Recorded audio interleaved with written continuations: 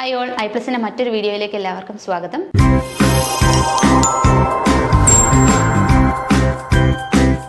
നമ്മൾ ഇന്ന് ഡിസ്കസ് ചെയ്യാൻ പോകുന്നത് ഓവർസിയർ ഗ്രേഡ് 2 2021 നടന്ന എക്സാമിൻ്റെ കുറച്ച് സെറ്റ് ഓഫ് ക്വസ്റ്റ്യൻസ് ആണ് നമ്മൾ നോക്കുക. ഓക്കെ, അടുത്ത question, the number of fundamental lines for dumpy level. Dumpy ലെവലിൽ വരുന്ന ഫണ്ടമെൻ്റൽ ലൈൻസ് എത്രയാണ്? നമ്പർ ഓഫ് ഫണ്ടമെൻ്റൽ ലൈൻസ് ആണ് ചോദിച്ചിരിക്കുന്നത്. Option A 2, option B 3, option C 4, option D 5. എത്ര ഫണ്ടമെൻ്റൽ ലൈൻസ് ആണ് ഉണ്ടാവുക? 4 ആണ് അല്ലേ? ഓപ്ഷൻ സി 4 ആണ്. അപ്പോൾ ഏതൊക്കെയാണ് ആ ഫണ്ടമെൻ്റൽ ലൈൻസ് എന്ന് പറഞ്ഞാൽ അതിൻ്റെ വെർട്ടിക്കൽ ആക്സിസ്, അതുപോലെ ബബിൾ ട്യൂബിൻ്റെ ആക്സിസ്, അതുപോലെ ലൈൻ ഓഫ് കൊളിമേഷൻ, പിന്നെ അതുപോലെ ടെലസ്കോപ്പിൻ്റെ ആക്സിസ്. അപ്പോൾ ഇത്രയാണ് നമുക്ക് 4 ഫണ്ടമെൻ്റൽ ആക്സിസ് വരിക അല്ലെങ്കിൽ ലൈൻസ് വരിക. ഓക്കെ, അടുത്ത ക്വസ്റ്റ്യൻ നോക്കാം. The back side reading on a benchmark of reduced level 500 meter is 2.685 meter. If foresight reading on a point is 1.345 meter, the reduced level of the point is. അപ്പോൾ നമുക്ക് back site തന്നിട്ടുണ്ട്. ആ back site നിൽക്കുന്ന പോയിന്റിൻ്റെ എന്താണ് bench mark തന്നിട്ടുണ്ട്, അല്ലെങ്കിൽ ആ പോയിന്റിൻ്റെ reduce level തന്നിട്ടുണ്ട്. അതുപോലെ തന്നെ അവിടേക്ക് ബാക്ക് സൈറ്റിലേക്ക് എടുത്തപ്പോൾ ഉള്ള റീഡിങ്ങും തന്നിട്ടുണ്ട്. ആ പോയിന്റിൽ നിന്ന് തന്നെ ഫോർസൈറ്റിലേക്കുള്ള റീഡിങ്ങും തന്നിട്ടുണ്ട്. അങ്ങനെയാണെങ്കിൽ ആ reduce level of the point. അപ്പം നമ്മളോട് ചോദിച്ചേക്കുന്നത് നോക്കി, ഇവിടെയാണ് നമ്മുടെ ഇൻസ്ട്രുമെൻറ്റിൻ്റെ ലൊക്കേഷൻ. ഈ ഇൻസ്ട്രുമെൻ്റ് ലൊക്കേഷനിൽ നിന്ന് നമ്മൾ ബാക്ക് സൈറ്റ് റീഡിംഗ് എടുത്തപ്പോൾ നമുക്ക് കിട്ടിയ ബാക്ക് സൈഡ് റീഡിങ്ങിൻ്റെ ഇവിടുത്തെ റെഡ്യൂസ് ലെവൽ എത്രയാണ് തന്നിരിക്കുന്നത്? 500 ആണ് അല്ലേ? അതുപോലെ ബാക്ക് സൈറ്റ് റീഡിംഗ് എടുത്തപ്പോൾ നമുക്ക് കിട്ടിയ എത്രയാണ്? ഈ ഡിസ്റ്റൻസ് എത്രയാണ്? 2.685 ആണല്ലേ? അതുപോലെ ഇതിൻ്റെ ഫോർസൈറ്റ് റീഡിംഗ് എടുത്തപ്പോൾ അവിടെ കിട്ടിയ റീഡിംഗ് എന്ന് പറഞ്ഞാൽ എത്രയാണ്? 1.345 ആണ്. ഇതാണ് അതിൻ്റെ ഡിസ്റ്റൻസ്. അപ്പം നമ്മളോട് ചോദിച്ചേക്കുന്ന ഏതാണ്? ഈ ഫോർസൈറ്റിംഗ് എടുത്ത പോയിന്റിൻ്റെ റെഡ്യൂസ് ലെവൽ. ഈ ഒരു പോയിന്റിൻ്റെ റെഡ്യൂസ് ലെവലാണ് നമുക്ക് കണ്ടുപിടിക്കേണ്ടത്. ഓക്കെ, ഇത് കണ്ടുപിടിക്കാൻ വേണ്ടി നമുക്ക് എന്ത് ചെയ്യണം? നമ്മൾ സ്റ്റാർട്ട് ചെയ്ത ഈ പോയിന്റിൻ്റെ ബെഞ്ച് മാർക്ക് നമുക്കറിയാം. ഈ ബെഞ്ച് മാർക്കിൻ്റെ കൂടെ നമ്മൾ എന്ത് ആഡ് ചെയ്യണം? ബാക്ക് സൈറ്റ് ആഡ് ചെയ്യണം. 2.685 അല്ലേ? അപ്പോൾ നമുക്ക് ശരിക്കും ഈ ഒരു ലെവൽ വരെയുള്ള ഹൈറ്റ് എത്രയാണെന്ന് നമുക്ക് കിട്ടി.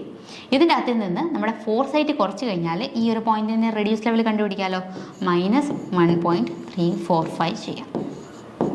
അപ്പോൾ ഇത് ചെയ്ത് കഴിഞ്ഞാൽ നമുക്ക് ആൻസർ 501.34 മീറ്റർ ആയിട്ട് വരും.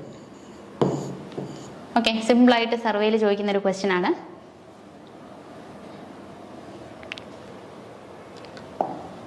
ഓക്കെ, അടുത്ത question, the contour interval is inversely proportional to. അപ്പോൾ നമ്മൾ എന്തിനെ ബേസ് ചെയ്തിട്ടാണ് കോണ്ടൂർ ഇൻ്റർവൽ എടുക്കുക? എന്താണ് കോണ്ടൂർ ഇക്വലൻ്റ്? ഇതൊക്കെ നമ്മൾ ഓൾറെഡി പഠിച്ചതാണ്. അപ്പോൾ കോണ്ടൂർ ഇൻ്റർവൽ ഇൻവേഴ്സ്ലി പ്രൊപ്പോർഷണൽ ആയിട്ടുള്ളത് എന്തിനോടാണ്? Option A scale of the map, option B fund available, option C purpose of the map, option D all of the above. അപ്പോൾ ഇതിനകത്തിൽ കോണ്ടൂർ ഇൻ്റർവൽ, അതായത് contour interval നമ്മൾ കൂട്ടുന്ന എപ്പോഴാണ്? നമ്മുടെ ഫണ്ട് കുറവാകുമ്പോൾ, അതുപോലെ തന്നെ പർപ്പസ് അധികം ഇമ്പോർട്ടൻസ് ഇല്ലാത്തതാകുമ്പോൾ, അതുപോലെ തന്നെ മാപ്പിൻ്റെ സ്കെയിൽ കുറവാകുമ്പോൾ. അപ്പോൾ ഇങ്ങനെ ഇതിനെ എല്ലാം റിവേഴ്സ് ആയിട്ടാണ്, ഇൻവേഴ്സ് ആയിട്ട് വരുന്നത്. ഇതിനെല്ലാം ഡിപ്പെൻഡ് ചെയ്യുന്ന കാര്യമാണ്. കോണ്ടൂർ ഇൻ്റർവൽ നമ്മൾ സെലക്ട് ചെയ്യുമ്പോൾ inversely proportional to all of the above ആണ് നമ്മൾ വരിക. Option D, all of the above. Okay, അടുത്ത question, in a theodolite the line of collimation is. അപ്പോൾ ലൈൻ ഓഫ് കൊളിമേഷൻ എന്ന് പറഞ്ഞാൽ എന്താണ്? ഒരു ഓപ്ഷൻ എ എന്ന് പറഞ്ഞാൽ parallel to axis of the plate level, parallel to the vertical axis, perpendicular to the trunnion axis. Option D, parallel to the horizontal axis. അപ്പോൾ ഒരു തിയോഡലൈറ്റിലെ line of collimation എന്ന് പറഞ്ഞാൽ എന്താണ്? ഓക്കെ, അപ്പോൾ ഇതാണ് നമ്മുടെ ഒരു തിയോഡലൈറ്റ് കാണിച്ചിട്ടുള്ളത്. ഈ തിയോഡലൈറ്റിൽ നമുക്കറിയാം അവിടെ ഐ പീസ് ഉണ്ട്. ആ ഐ പീസിൻ്റെ ഫ്രണ്ടിലായിട്ടൊരു ഡയഫ്രം ഉണ്ട്. ആ ഡയഫ്രത്തിൽ ക്രോസ് ഹെയർസ് കാണിച്ചിട്ടുണ്ട്. ആ ക്രോസ് ഹെയറിൻ്റെ സെൻറ്ററും അതുപോലെ തന്നെ ഒബ്ജക്റ്റീവിൻ്റെ സെൻറ്ററും തമ്മിൽ കണക്ട് ചെയ്യുന്ന ഇമാജിനറി ലൈനെയാണ് നമ്മൾ എന്താ വിളിക്കുക? ലൈൻ ഓഫ് സൈറ്റ് എന്ന് നമ്മൾ വിളിക്കുക അല്ലേ? അല്ലെങ്കിൽ ഈ ലൈൻ ഓഫ് സൈറ്റ് എന്നും വിളിക്കാം, അല്ലെങ്കിൽ നമുക്ക് അതിനെ ലൈൻ ഓഫ് കൊളിമേഷൻ എന്നും വിളിക്കാം.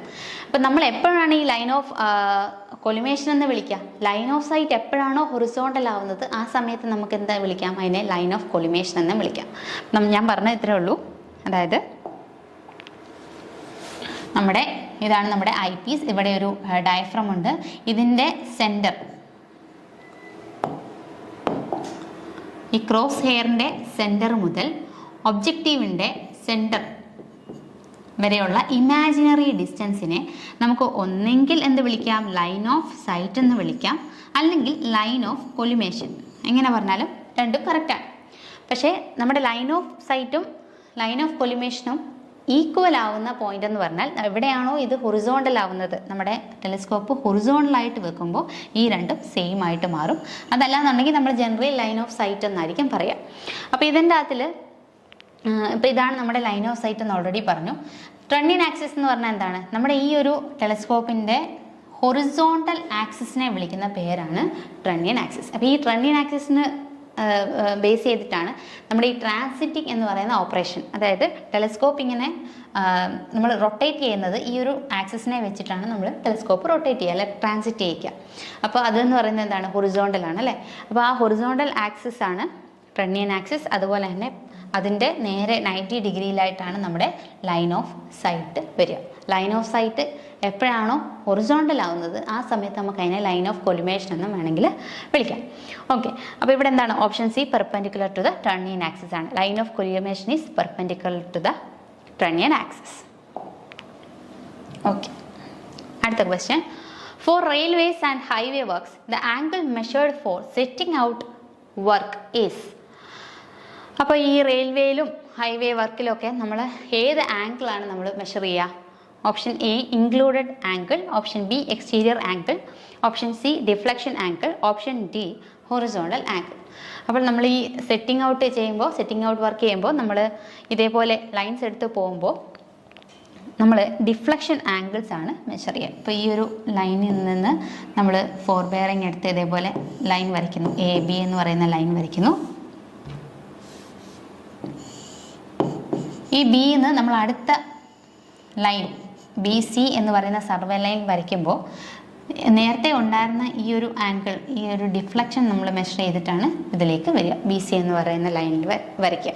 അപ്പോൾ ഇവിടുത്തെ ഡിഫ്ലക്ഷൻ ആംഗിളാണ് നമ്മൾ മാർക്ക് ചെയ്യുക. അങ്ങനെ ഓരോ ഇടത്തെയും ഡിഫ്ലക്ഷൻ, ഈ ഒരു ആംഗിളിൽ നിന്ന് പ്രീവിയസ് ലൈനിൽ നിന്ന് എത്രത്തോളം ഡിഫ്ലക്റ്റഡ് ആണെന്ന് നോക്കിയിട്ടാണ് നമ്മൾ ലൈൻസ് വരച്ചു പോവുക.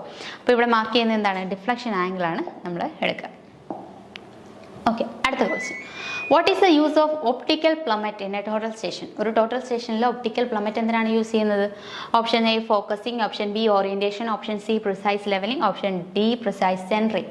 അപ്പോൾ എന്തിനാണ് ഒപ്റ്റിക്കൽ പ്ലമറ്റ് യൂസ് ചെയ്യുന്നത്? സെൻറ്ററിങ്, പ്രിസൈസ് ആയിട്ടുള്ള സെൻറ്ററിങ് മാർക്ക് ചെയ്യാൻ വേണ്ടിയിട്ടാണ് നമ്മൾ ഒപ്റ്റിക്കൽ പ്ലമറ്റ് യൂസ് ചെയ്യുക. Who developed GPS?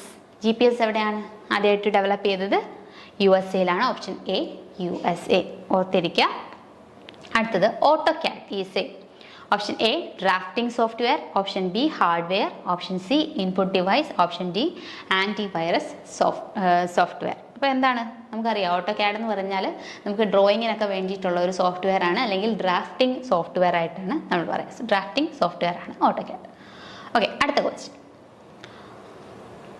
Okay, which mode is allowed the user to draw 90 degree straight lines? 90 ഡിഗ്രിയിലുള്ള സ്ട്രെയിറ്റ് ലൈൻസ് വരയ്ക്കണമെന്നുണ്ടെങ്കിൽ നമ്മൾ ഏത് കീ ആണ് നമ്മൾ യൂസ് ചെയ്യുക, ഏത് മോഡാണ് നമ്മൾ യൂസ് ചെയ്യുക? Option A osnap, option B ortho, option C linear, option D polar. ഏതാണ് നമ്മൾ എടുക്കേണ്ടത്? ഓപ്ഷൻ ബി ആണല്ലേ, ഓർത്തോ ആണ് നമ്മൾ എടുക്കേണ്ടത്. 90 ഡിഗ്രി സ്ട്രെയിറ്റ് ലൈൻസ് വരയ്ക്കാൻ വേണ്ടിയിട്ട് നമ്മൾ ചൂസ് ചെയ്യേണ്ടത്. അപ്പോൾ ലാസ്റ്റ് ക്വസ്റ്റ്യൻ നോക്കാം. Which one of the following file extensions cannot open in AutoCAD? ഓട്ടോക്യാഡിൽ ഓപ്പൺ ചെയ്യാൻ പറ്റാത്ത ഫയൽ ഏതാണെന്നാണ് ചോദ്യം. Option A DWG, option B DXF, option C dot, option D DWS. അപ്പോൾ ഇതിൽ ഏറ്റവും ഓപ്പൺ ചെയ്യാൻ പറ്റാത്ത ഏതാണ്? ഓപ്ഷൻ സി ആണ്, ഡോട്ടാണ് വരിക. ഓക്കെ, ഓപ്ഷൻ സി ഡോട്ടാണ് ആൻസർ വരിക. ഡോട്ട് നമുക്ക് ഓപ്പൺ ചെയ്യാനായിട്ട്, ഓട്ടോക്യാഡിൽ ഓപ്പൺ ചെയ്യാനായിട്ട് പറ്റത്തില്ല. അപ്പം നമ്മൾ അടുത്ത 10-15 ക്വസ്റ്റ്യൻസ് ഡിസ്കസ് ചെയ്ത് കഴിഞ്ഞു. ഇനി അടുത്ത ഒരു സെഷനിൽ വീണ്ടും കാണാം. Thank you so much.